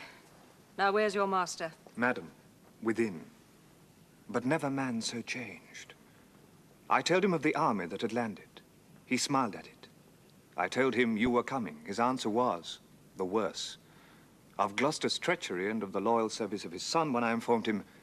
Then he called me sot and told me I had turned the wrong side out. What most he should dislike seems pleasant to him. What like, offensive. Then shall you go no further. It is the cowish terror of his spirit that dares not undertake. He'll not feel wrongs which tie him to an answer. Then may our wishes on the way prove effects. Back, Edmund, to my brother. Hasten his musters and conduct his powers. I must change arms at home and give the distaff into my husband's hands. This trusty servant shall pass between us. Ere long, you are like to hear, if you dare venture in your own behalf, a mistress's command. Wear this. Spare speech. Decline your head. This kiss, if it durst speak, would stretch thy spirits up into the air. Conceive and fare you well. Yours in the ranks of death. My most dear Gloucester. Oh, the difference of man and man. To thee a woman's services are due. My fool usurps my body. Here comes my lord. I have been worth the whistle. Oh. Goneril, you're not worth the dust which the rude wind blows in your face. I fear your disposition. That nature which contemns its origin cannot be bordered, certain in itself. She that herself will sliver and disbranch from her material sap, perforce must wither and come to deadly use. No more. The text is foolish. Where's thy drum? France spreads his banners in our noiseless land. With plumed helm thy state begins to threat, whilst thou, a moral fool, sits still and cries, alack, why does he so? See thyself, devil, proper deformity shows not in the fiend so horrid as in a woman. Oh, marry, your manhood, mew. What news? Oh, my good lord, the Duke of Cornwall's dead. Slain by his servant, going to put out the other eye of Gloucester. Gloucester's eyes? This letter, madam, craves a speedy answer. 'Tis from your sister. One way I like this well. A cheaping widow, my Gloucester with her, may all the building in my fancy pluck upon my hateful life. Another way the news is not so tart. I'll read and answer. Where was his son when they did take his eyes? Come with my lady hither. He's not here? No, my good lord, I met him back again. Knows he this wickedness? Ah, my good lord, was he informed against him, and quit the house on purpose that their punishment might have the freer course. Gloucester, I live to thank thee for the love thou showst the king, and to revenge thine eyes. Come hither, friend.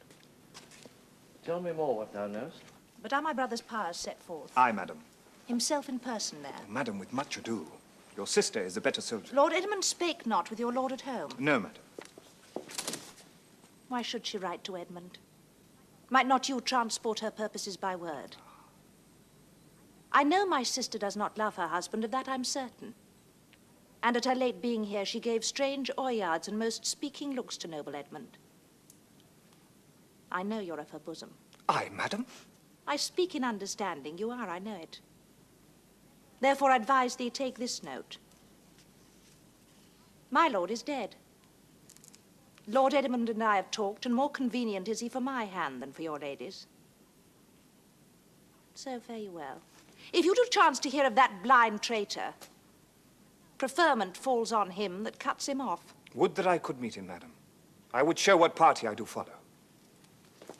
Very well.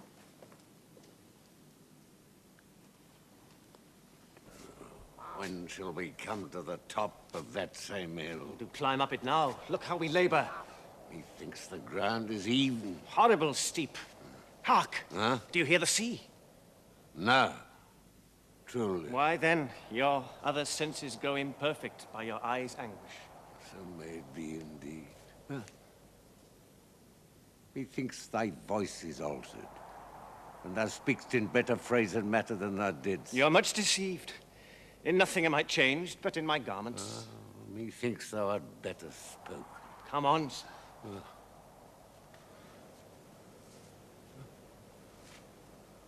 Here is the place. Stand still.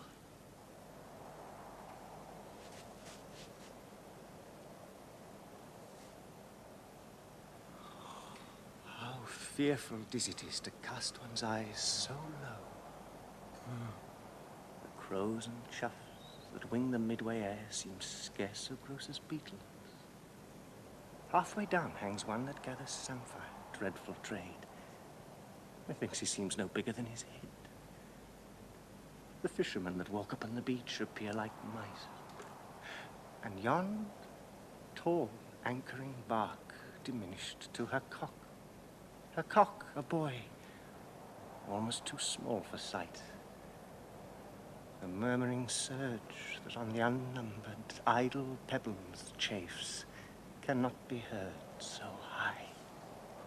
I'll look no more, lest my brain turn and the deficient sight topple down headlong. Set me where you stand. Give me your arm. Ha! You're now within a foot of the extreme verge. For all beneath the moon would not I leap upright. Let go my hand.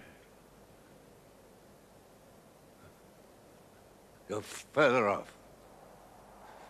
Bid me farewell and let me hear thee going. Now fare thee well, good sir. With all my heart. Why I do trifle thus with his despair is done to cure it. O ye mighty gods, this world I do renounce, and in thy sight shake patiently my great affliction off. If Edgar live, oh, bless him. Now, fellow, fare thee well, sir. Farewell? And yet I know not how conceit may rob the treasury of life, when life itself yields to the theft. Had he been where he thought, by this had thought been past. Alive or dead.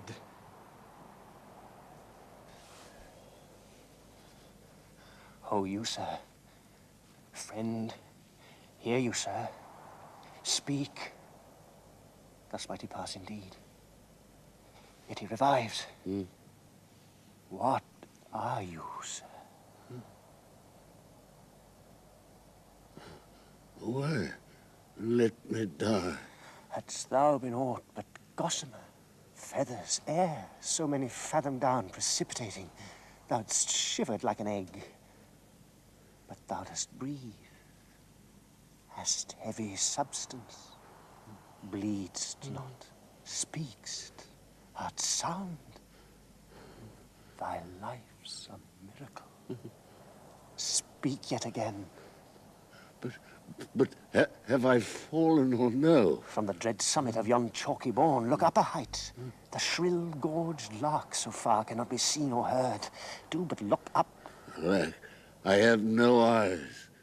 Oh, is wretchedness deprived that benefit to end itself by death?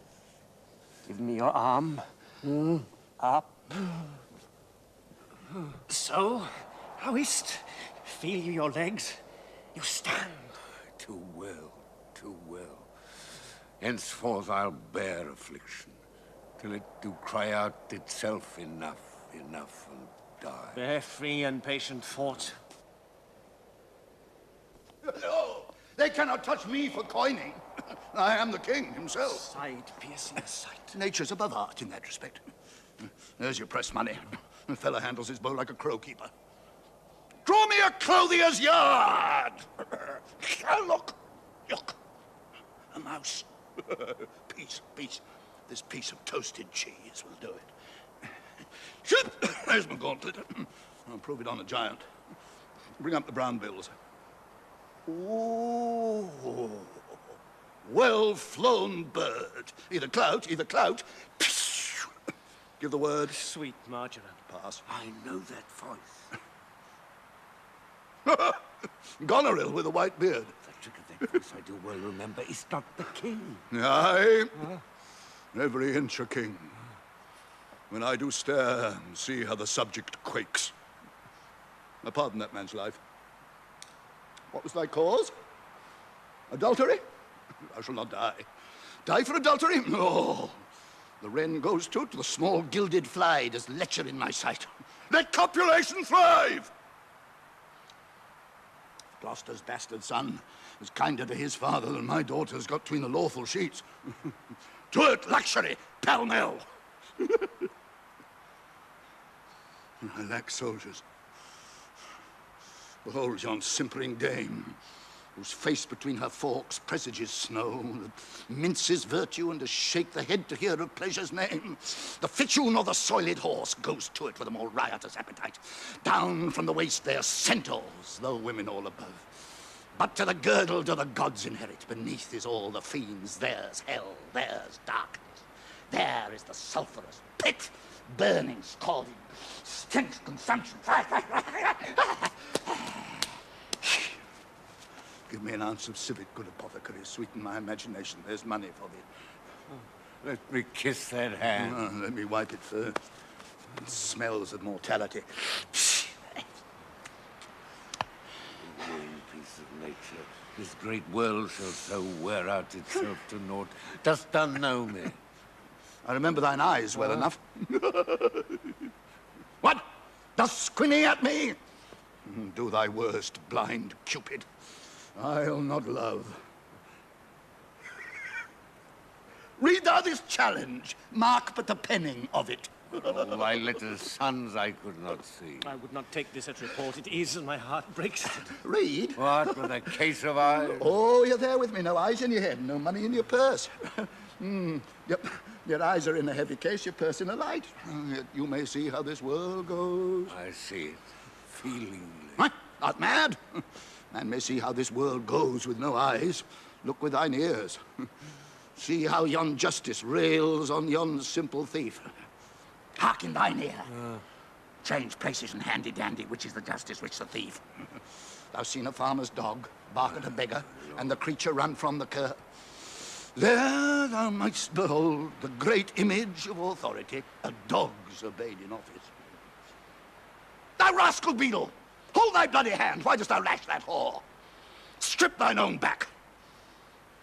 Thou hotly hast to use her in that kind for which thou whipst her. The usurer hangs the cousin.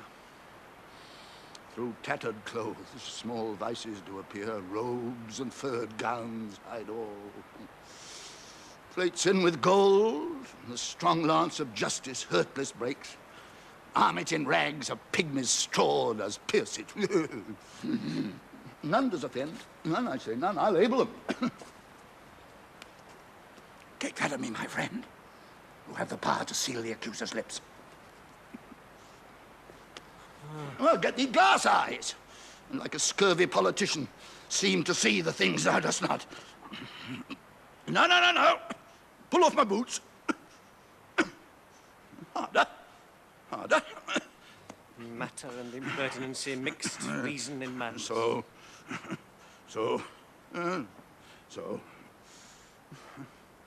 If thou wilt weep my fortune, take my eyes. I know thee well enough. Thy name is Gloucester. Thou must be patient. We came crying hither. Thou knowest that when we first do smell the air, we wail and cry. I will preach to thee. Mark. Oh, lack the day. When we are born, we cry that we are come to this great stage of fool.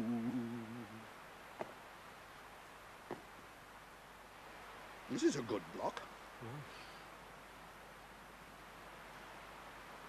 It were a delicate stratagem to shoe a troop of horse with felt. I'll put it in proof. When I've stolen upon these son-in-laws, kill, Here he is. Lay hands upon him, sir, your most dear daughter. No rescue. What? A prisoner?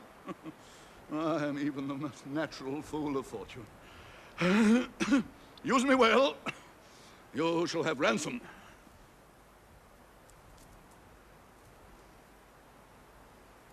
Let me have surgeons. And cut to the brain. You shall have anything. No seconds? Hmm? All myself? Why, this would make a man of salt. To use his eyes as garden water pots, aye, and laying autumn's dust. I will die bravely. Like a smug bridegroom, what? I will be jovial. Come, come. I am a king, masters. Know you that? You are a royal one, and we obey you. Then there's life in it. Come, man, you get it. You'll get it by running. A sight most pitiful in the meanest wretch, past speaking of in a king. Thou hast one daughter who redeems nature from the general curse which twain have brought her to. Hail, gentle sir. Speed you, sir, what you will. Dost thou hear aught of a battle toward? Most sure and vulgar. Everyone hears that which can distinguish sound. But by your favour, how near's the other arm? Near, and on speedy foot. The main descry hangs on the hourly thought. I thank you, sir, that's all. Though that the Queen on special cause is here, her army is moved on. Thank you, sir. Whoever gentle gods, take my breath from me. Let not my worst spirit tempt me again to die before you, please. Well, Huh? pray you, father. Now, Sarah, what are you? A most poor man, made tame to fortune's blows. Huh? And by the art of known and feeling sorrow, am pregnant to good pity. Give me your arm. I'll lead you to some biding. No further. A man may rot even here. What? In ill thoughts again? Men must endure their going hence, even as their coming hither. Ripeness is all. Come on. That's true, too.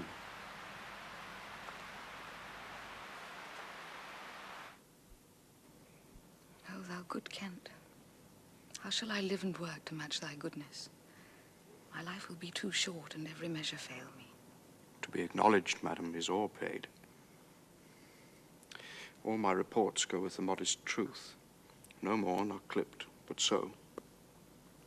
Be better suited. These weeds are memories of those worser hours. I prithee put them off. Pardon, dear madam. Yet to be known shortens my made intent.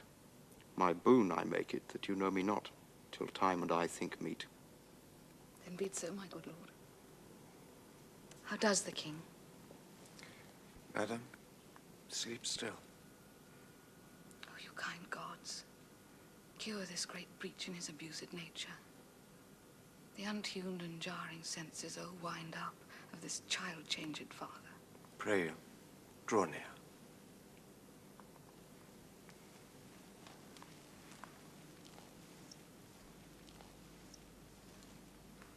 Oh, my dear father. Restoration, hang thy medicine on my lips, and let this kiss repair those violent harms that my two sisters have in thy reverence made. Kind and dear princess. Had you not been there, father, these white flakes did challenge pity of them. Was this a face to be opposed against the warring winds? To stand against the deep dread bolted thunder, in the most terrible and nimble stroke of quick cross lightning. To watch poor Perdue with this thin helm. Mine enemy's dog, though he had bit me, should have stood that night against my fire. And was thou fain, poor father, to hovel thee with swine and rogues forlorn in short and musty straw? I lacked his wonder that thy life and wits at once had not concluded all. He wakes, speak to him. Madam, do you? 'Tis fittest. How does my royal lord? How fares your majesty?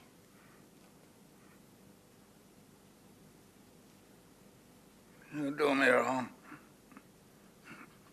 Take me out of the grave. Thou art a soul in bliss, and I am bound upon a wheel of fire, and mine own tears do scald like molten lead. Sir, do you know me? You are a spirit, I know. Where did you die? Still far wide. He's scarce awake. Let him alone the while. Where have I been? Where am I? Fair daylight? I'm mightily abused. I should e'en die of pity to see another thus.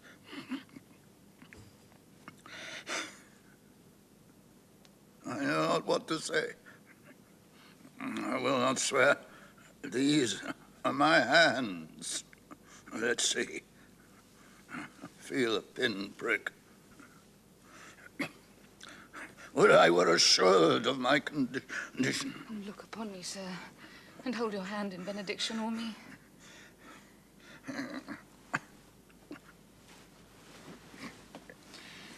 No, sir, you must not kneel.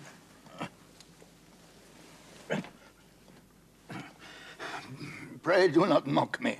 I am a very foolish, fond old man, 80 and upward. Not an hour more nor less. And to deal plainly, I fear I am not in my perfect mind. Methinks I should know you, and know this man. Yet I am doubtful, for I am mainly ignorant what place this is.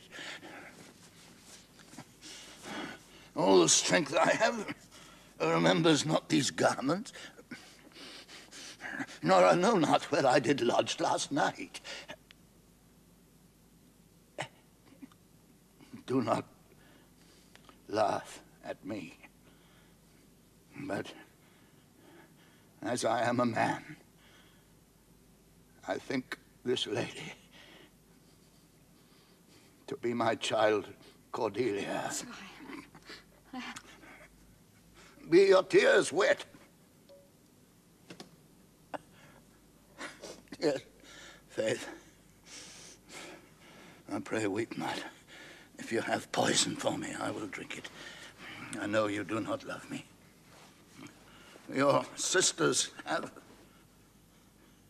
as I remember, done me wrong. You have some cause, they have not. No. Am I in France? In your own kingdom, sir. Do not abuse me. Be comforted, good madam. The great rage you see is killed in him. Yet it is danger to make him even know the time he has lost. Desire him to go in. Trouble him no more till further settling.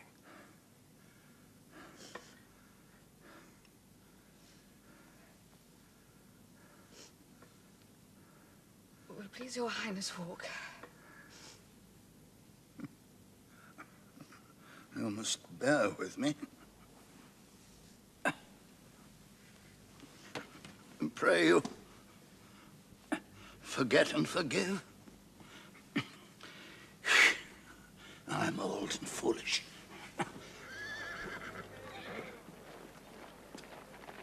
If e'er your grace had speech with man so poor, hear me one word. Speak. Before you fight the battle, ope this letter. If you have victory, let the trumpet sound for him that brought it. Wretched though I seem, I can produce a champion who will prove what is avouched there. If you miscarry, your business of the world hath so an end, and machination ceases.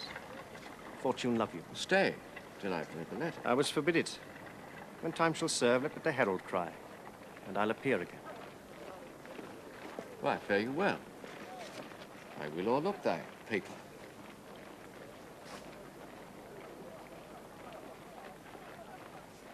Some officers take them away. Good guard, until their greater pleasures first be known that are to censure them. We are not the first who with best meaning have incurred the worst.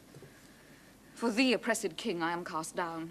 Myself could else outfrown false fortune's frown.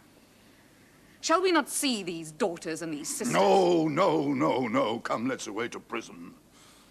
We two alone will sing like birds in a cage. When thou dost ask me blessing, I'll kneel down and ask of thee forgiveness. And so we'll live and pray and sing and tell old tales and laugh at gilded butterflies and hear poor rogues talk of court news.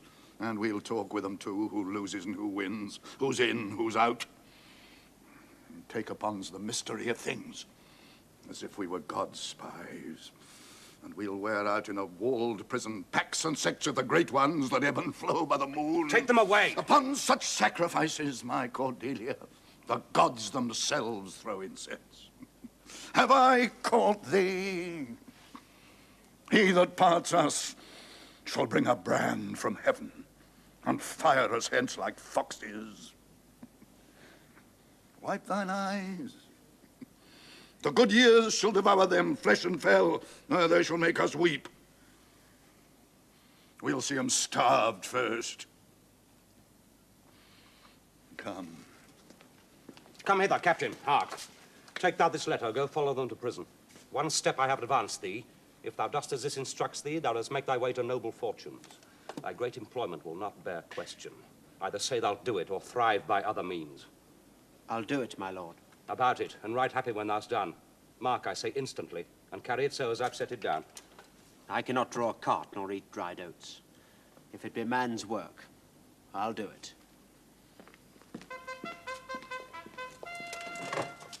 Sir, you have shown today your valiant strain, and fortune led you well. You have the captives, which are the opposites of this day's strife, and we do require them of you. Sir, I thought it fit to send the old and miserable king to some retention and appointed guard. With him I sent the queen, my reasons all the same. And they are ready tomorrow, or at some further space, to appear, where you shall hold your session. Sir, by your patience, I hold you but a subject of this war, not as a brother. Edmund, I arrest thee on capital treason. And in thine attaint, this gilded serpent. Gloucester, thou art armed. Let the trumpet sound. If none appear to prove upon thy person thy heinous, manifest, and many treasons, there is my pledge. Sick. Oh, sick. If not, I'll ne'er trust medicine. There's my exchange. What in the world he is that names me traitor, villain-like he lies, called by the trumpet. He that dares approach, on him, on you, who not? I will maintain my truth and honor firmly. My sickness grows upon me. She's not well. Convey her to my tent. Come hither, herald. Let the trumpet sound, and read out this. Sound trumpet. If any man of quality or degree within the lists of the army will maintain upon Edmund, supposed Earl of Gloucester, that he is a manifold traitor, let him appear by the third sound of the trumpet. He is bold in his defense. Sound. Again. Again.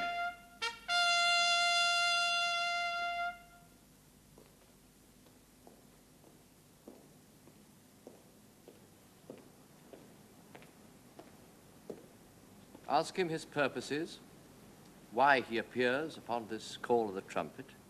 What are you? Your name, your quality, and why you answer this present summons? No, my name is lost.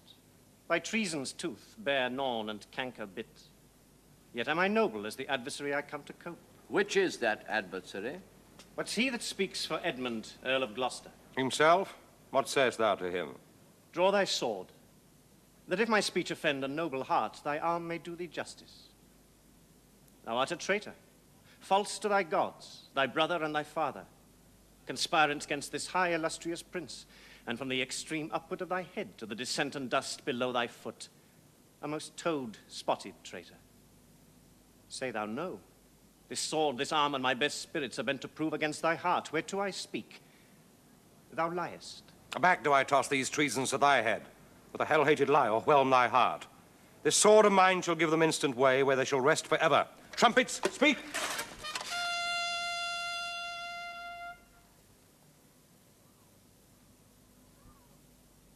No!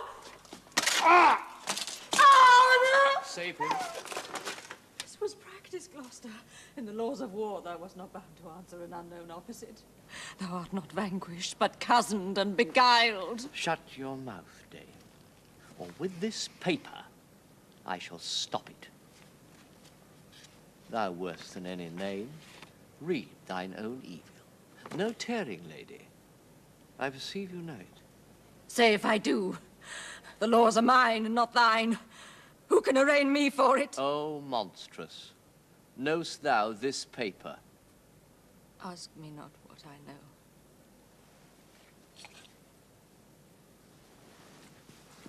Go after her. She's desperate. Govern her. What you have charged me with, that have I done, and more, much more. The time will bring it out. 'Tis past, and so am I. But what art thou that hast this fortune on me? If thou art noble, I do forgive thee. Let us exchange charity. I'm no less in blood than thou art, Edmund. If more, the more thou hast wronged me. My name is Edgar, and thy father's son. The gods are just, and of our pleasant vices make instruments to plague us. The dark and vicious place where thee he got cost him his eyes. Thou hast spoken right, 'tis true. The wheel is come full circle. I am here. Methought thy very gait did prophesy a royal nobleness. I must embrace thee. Let sorrow split my heart if ever I did hate thee or thy father. Help! Help! Speak, man. She's dead. Who dead? Speak, man. Your lady, sir, your lady. And her sister by her is poisoned, she confessed. I was contracted to them both. All three now marry in an instant. This judgment of the heavens which makes us tremble touches us not with pity. Here comes Kent. I'm come to bid my king and master aye good night. Is he not here? Great thing of us forgot. Speak it, and where's the king? And where's Cordelia? I pant for life. Some good I mean to do in spite of my known nature. Quickly send, be brief in it, to the castle. For my writ is on the life of Lear and of Cordelia. Nay, send in time. Right. Hasty for thy life! Oh, you are men of stones, and I your tongues and eyes. I'd use them so that heaven's vault should crack.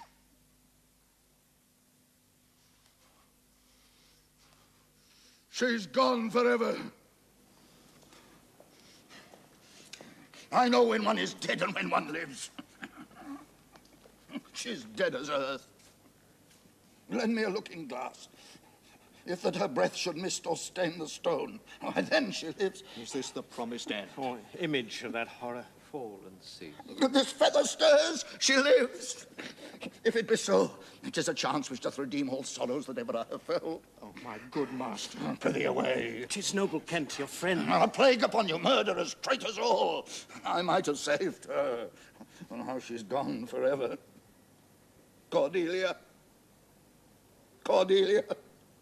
Stay a little. What is thou said? Her voice was ever soft, gentle and low, an excellent thing in woman. I killed the slave that was a-hanging thee. 'Tis true, my lords, he did. Yeah, did I not, fellow? I've known the day with my good biting falchion I would have made him skip. I'm old now. These same crosses spoil me. Who are you? Mine eyes are not of the best, I'll tell you straight. If fortune brag of two she loved and hated, one of them we behold. She's a dull sight. Are you not Kent? The same your servant Kent. Where is your servant Gaius? He's a good fellow. I'll tell you straight, he'll strike. And quickly, too. He's dead and rotten. No, my good lord. I am the very man. I'll see that straight. That from your first of difference and decay have followed your sad steps. You're welcome hither. Or no man else. All's cheerless, dark, and deadly. Your eldest daughters have fordone themselves, and dreadfully are dead. Yeah, so I think. He knows not what he says. And vain is it that we present us to him. Edmund is dead, my lord. That's but a trifle here. And my poor fool is hanged.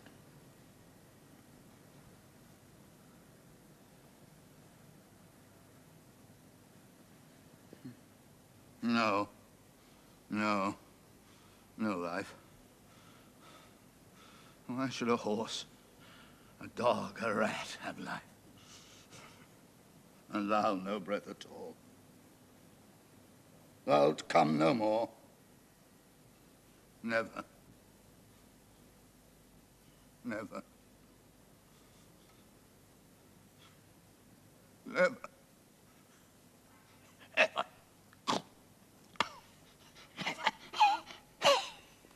Pray. Undo this man. Thank you. Look on her. Look her lips. Look there. Look there. Faint. My lord, my lord. Break, heart, I prithee break. But look up, my lord. Vex not his ghost. Oh, let him pass. He hates him that would upon the rack of his tough world stretch him out longer. He is gone, indeed. The wonder is he hath endured so long. He but usurped his life. Bear them from hence. Our present business is general woe. Friends of my soul, you twain rule in this realm, and the Gord state sustain. I have a journey, sir, shortly to go. My master calls me, I must not say no. The weight of this sad time we must obey. Speak what we feel, not what we ought to say. The eldest hath borne most. We that are young shall never see so much, nor live so long.